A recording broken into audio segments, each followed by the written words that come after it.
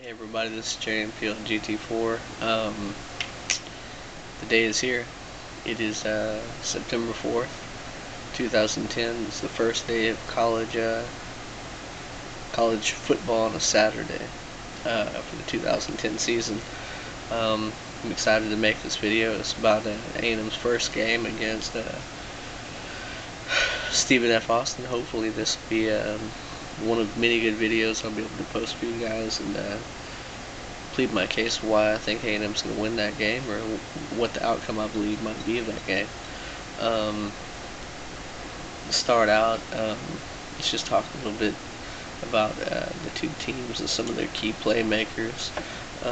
Obviously, for A&M, we got our senior quarterback, Big 12 preseason Offensive Player of the Year, and Gerard Johnson.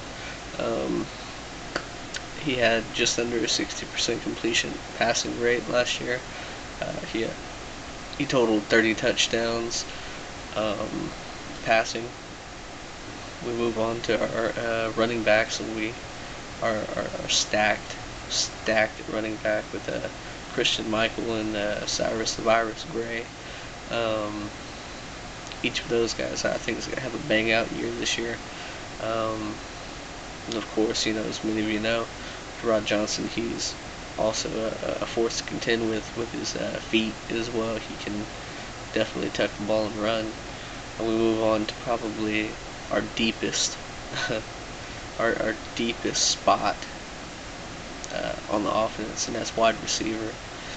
We got Jeff Fuller, Zoma, Easy Wachiku, Ryan Tannehill. Cyrus Gray's played a little bit of a, well, he didn't really play running back, but he caught the ball out in the flat, out to the side, a little swing pass and stuff like that a couple of times last year. Ryan Swope and senior Terrence McCoy. Terrence McCoy, I think we really need him to step up. It's his senior year. Last year he caught 7 passes for 77 yards. I think we need that dude to step up and really make some waves this year. The amount of touchdowns totaled by the wide receivers last year, well, the most by any one player was Jeff Fuller. He scored 7 touchdowns. Last year he had 41 receptions for 568 yards. Although he did only play nine of the games that we had last year. He only played 9 games last year because he broke his leg and was out for a portion of the season. But Easy Wachiku, he actually had the most reception yards. He had 40 receptions with 708 yards total. He had 6 touchdowns. I'm going to move over to the defensive side of the ball just briefly. We've got, I think our defense is gonna shape up this year. I'm not gonna say it's gonna be, a top 25 defense, because I'm not expecting it to be. I'm not expecting it to be the wrecking crew this year. I think this is a step towards that title, but I don't think we're there yet. We got Trent Hunter is a junior this year, strong safety. Last year he led the defense in tackles in 95. Something that I think A&M had a really big issue with last year was their angles of pursuit. They were horrible angles of pursuit. If they can increase their efficiency and angles of pursuit this year for tackling, I believe our defense is going to be decent. We're not going to give up the amount of yardage that we did last year, which was pathetic, all around. But, I think that was probably a key contributor for the reason why we had such a poor defense. It was really on running plays against the Aggie defense. It was yards after first contact, and then secondly, yards after the catch.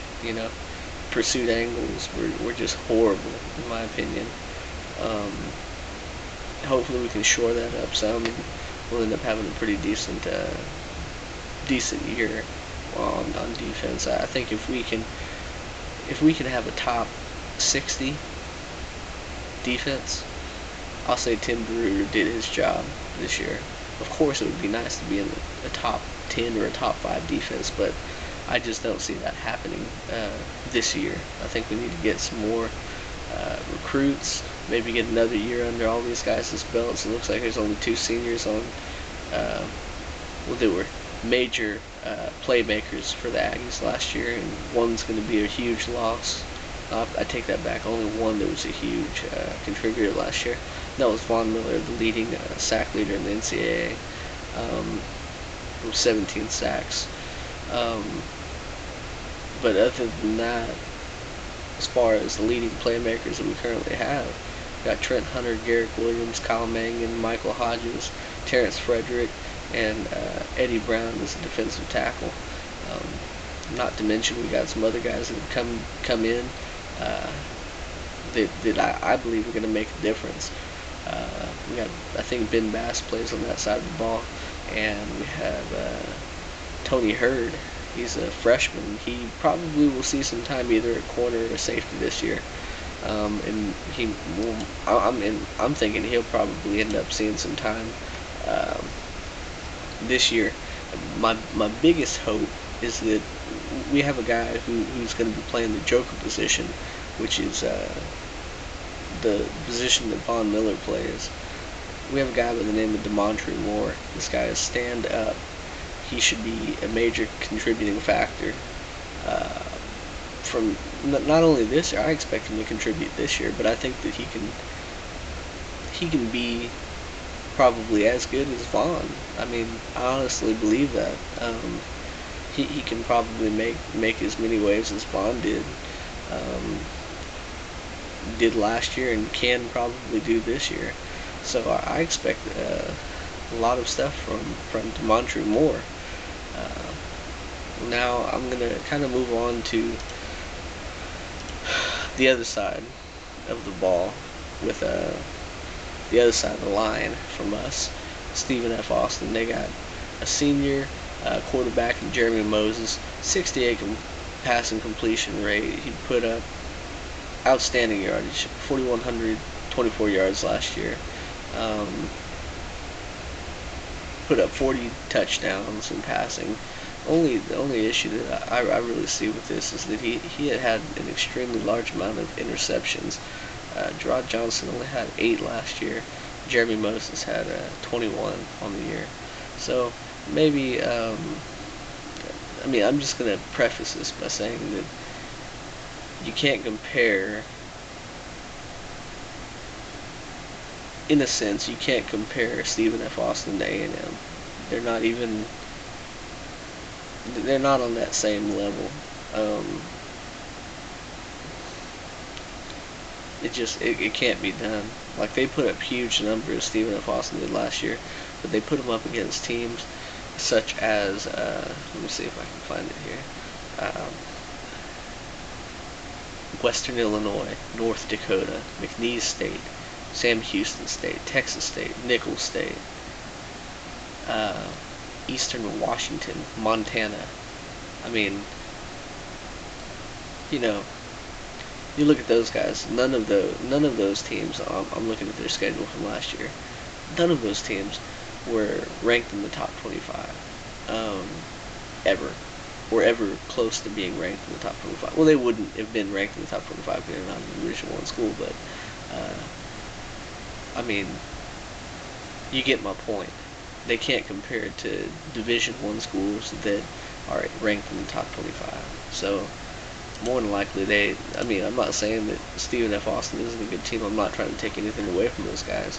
I think they have a lot of talent, but I just don't think, compared their level of play to their opponent's level of play, and then our level of play compared to our opponent's level of play, we're just on a completely different, separate level. I mean, it's ridiculous. So I'm gonna get on a little bit to this game. I think A&M's gonna dominate the game. I really think they do. Um, we have to do better on special teams. A&M has to do better on special teams, and I think they will. Um, I think the overall score for the game tonight at 6 p.m. We have less than 12 hours till kickoff. Right now it's 6:40 in the morning. I believe that the final score, my prediction, is going to be A&M 49, SFA 14. Um, I think that's a definite possibility. I don't think that's too unreasonable. I don't know. I guess we'll just have to wait and see. But I think that we definitely have the tools on offense to put up those types of numbers on offense. And I think on defense, like I said, they didn't really play anybody last year that could compete at the same level of defensive play that A&M will be able to compete at uh, this year. Um, to prevent them from putting up huge amounts of yardage and points like they did. If they do end up doing that, I'm going to be very disappointed in the Aggies. If they put up any huge amount of yardage, I'm going to be pretty pissed off about the whole thing. But like I said, I don't foresee it come. I don't foresee that happening. I think it's going to be a blowout, and it should be.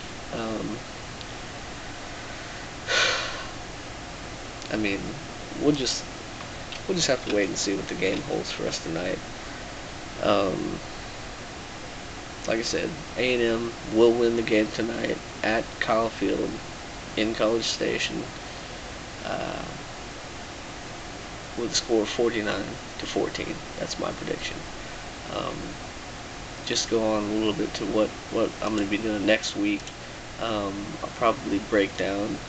uh, probably break down what I think each of the teams might do next week in a video, and then I'll probably end up moving on to making a video specific to A&M. So um, that's all I got for now. Gig 'em, saw 'em off short, bleed maroon forever. I'll see you guys later.